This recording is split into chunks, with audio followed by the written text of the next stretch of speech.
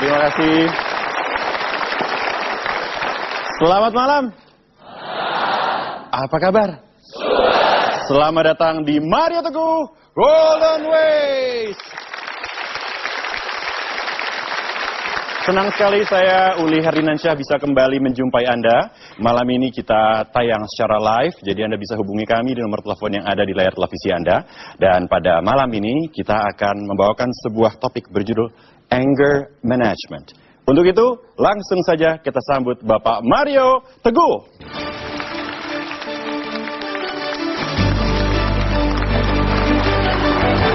Terima kasih. Selamat malam Pak Mario. Silakan duduk, terima kasih. Sahabat-sahabat saya yang baik hatinya, selamat malam. Assalamualaikum warahmatullahi wabarakatuh. Salam sejahtera bagi kita semua dan mudah-mudahan kita tetap berada dalam lindungan kasih sayang Tuhan. Amin. So malam ini kita bicara mengenai anger management, pengelolaan rasa marah. Dan karena kata yang digunakan adalah management, bukan abatement, berarti kita tidak berupaya menghilangkan rasa marah. Pengelolaan adalah cara untuk mencapai hasil lebih baik. Sehingga anger management, pengelolaan rasa marah ini adalah menggunakan rasa marah ini, mengubahnya dari ancaman yang membahayakan menjadi rahmat yang memperbaiki kehidupan apabila kita menggunakan rasa itu untuk menjadi pribadi yang setia pada yang benar. Nah, bagaimana caranya? Tetaplah di Golden Ways bersama Mas Uli dan Anda semua yang di studio. Kita bahas bersama bagaimana kita menggunakan kemarahan untuk menjadikan kita justru pribadi yang baik. Itu. Super sekali Pak Mario. Terima kasih Pak. Pak Mario, pertanyaan pertama dari saya adalah, saya berasumsi apabila ingin mengelola sesuatu, maka kita harus mengenali elemen-elemen apa saja yang ada dalam hal itu. Betul. Bagaimana dengan kemarahan, Pak Mario? Apa yang harus kita kenali? Satu, bersabar itu bukan menghilangkan marah atau tidak merasa marah. Tetaplah marah. Jadi bersabar itu adalah tetap merasa marah, tetapi tidak menggunakan rasa marah itu untuk merendahkan diri dan melukai orang lain. Sehingga merusak hubungan. Jadi orang yang marah itu sebetulnya sedang ditantang menggunakan diri terbaiknya. Lihat ya. Yuk kita sama-sama angkat tangan apabila Anda sudah pernah berdoa untuk perubahan hidup. Sudah. Yang sudah ingin menikah juga. Nah. Oke, siapa yang merasa bahwa sudah banyak berdoa tapi belum bertindak sesuai dengan doanya? Ya, yang nggak angkat tangan itu karena malu. Oke, nah. Jadi karena kita tidak berlaku sesuai dengan doa kita, kita ditaruh dalam keadaan yang gelisah. Kegelisahan itu adalah perintah untuk mengupayakan perpindahan ke tempat, ke keadaan yang lebih baik. Nah, orang-orang yang sudah dibuat gelisah hatinya, tidak tegas untuk mengupayakan perubahan, dibuat marah. Jadi diberikan rasa marah, sehingga dia harus tegas.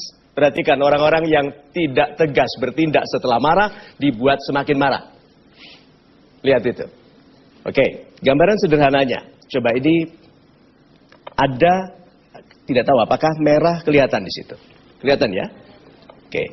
Kalau ada cacing di atas sebuah kaca yang di bawahnya dikasih api. Apa yang dilakukan oleh cacing ini? Melihat-lihat. Cacing melihat-lihat. Ada apa? Cacing nggak punya mata. Oh, menggeliat. Iya. Jadi... cacing menggeliat pergi. Mengapa cacing menggeliat pergi kalau di bawahnya ada api? Bukan. Menyelamatkan diri, bukan. Yang punya cerita itu saya. Oke?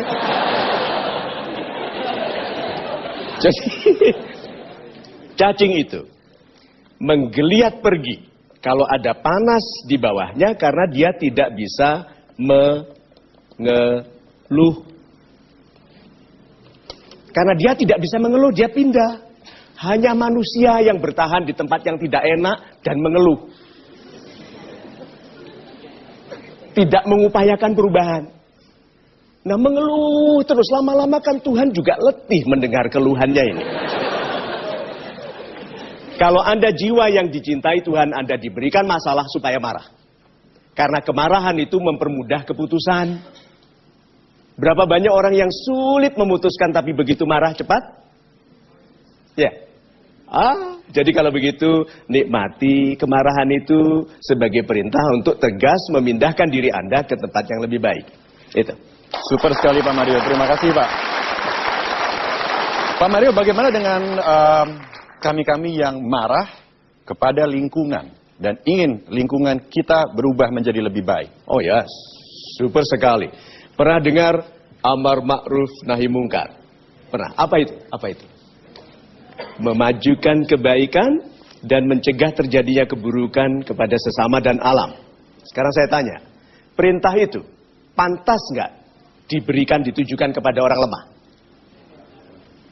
Perintah memajukan kebaikan dan mencegah terjadinya keburukan itu hanya kepada orang-orang kuat. Yang tahu bahwa dia tugasnya sebagai khalifah di rumahnya, khalifah di RT-nya, khalifah di lingkungan-lingkungan yang lebih besar. Jadi orang-orang yang tahu bahwa memajukan kebaikan itu butuh orang kuat, harus menguatkan diri. Mulai dari sekarang. Alangkah indahnya apabila orang berkuasa di Indonesia ini bisa bilang, jangan buang limbah di sungai ya. Karena sungai dari dulu sampai sekarang tambah lama tambah buruk. Berarti ada orang berkuasa yang tidak mengharuskan. Nah, itu apa yang dibutuhkannya apa? Marah. Dia harus marah melihat orang baik tidak punya sumber air bersih. Anak-anak dusun tidak bisa main-main karena dipakai jadi properti, real estate, sungai dicemari oleh limbah. Jadi anak-anak kampung itu tanah air kok Indonesia tapi tidak ada tanah dan tidak ada air. Kalau pemimpinnya cukup marah, dia akan tegas. Jadi marilah kita berdoa agar para pemimpin itu marah. Karena rakyat tidak begitu terpelihara dengan hak mereka untuk hidup, bahkan untuk anak-anak bermain-main dengan baik. Itu. Terima kasih Pak Mario. Kita berikan kesempatan kepada super audience untuk bertanya. Silakan Anda mengangkat tangan Anda. Ya, saya berikan kesempatan kepada Ibu ya. Iya, silakan Ibu untuk berdiri. Iya. Iya, Ibu. Terima kasih. Assalamualaikum warahmatullahi wabarakatuh. Waalaikumsalam. Salam Mario Salam dan super semuanya. Saya Astrid dari Pondok Gede. Ya, Ibu Astrid. Pada saat seseorang merasakan luapan amarah yang begitu besar, Ya. ada beberapa ekspresi. Ada orang yang mungkin menangis, ada yang berteriak-teriak. Nah, yang biasanya saya lakukan adalah saya melampiaskannya kepada benda-benda di sekitar saya. Entah saya membanting pulpen saya, entah saya membuang kertas yang ada di sekitar saya, atau saya menggebrak meja saya. Pertanyaannya adalah apa yang saya lakukan itu salah? Apakah yang saya lakukan itu salah dan apa yang sebaiknya saya lakukan ketika saya merasakan luapan amarah yang begitu besar? Terima kasih. Super sekali. Ada 3 kata ya. Kalau kita marah, kita bebas untuk marah. Boleh. Apapun mau Anda apakan orang lain atau suami, terserah. Oke?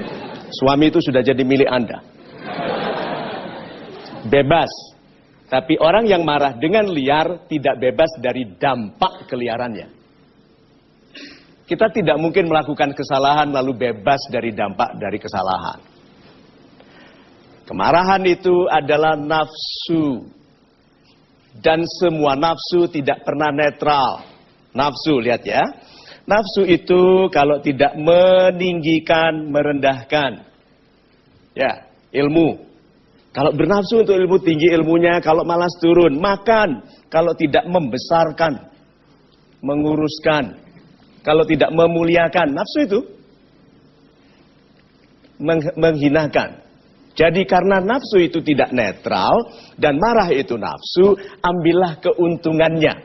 Yaitu tenaga yang tidak biasanya Anda punyai karena marah, gunakan itu. Jadi kalau marah mau membanting sesuatu, gunakan kemarahan itu untuk membersihkan rumah. Kan ada tuh. Loh iya toh. kalau marah bersih-bersih. Kalau Anda mau jadi tukang pijat marah, langsung sini aku pijati semua. Cepat ahli.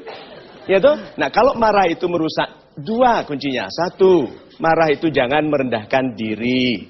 Dua, jangan melukai orang lain. Nah, kalau Anda punya TV baik-baik dipecah kalau marah, Tuhan bilang, ini kan rencananya marah lebih banyak. Jadi jangan dikasih apa-apa dulu.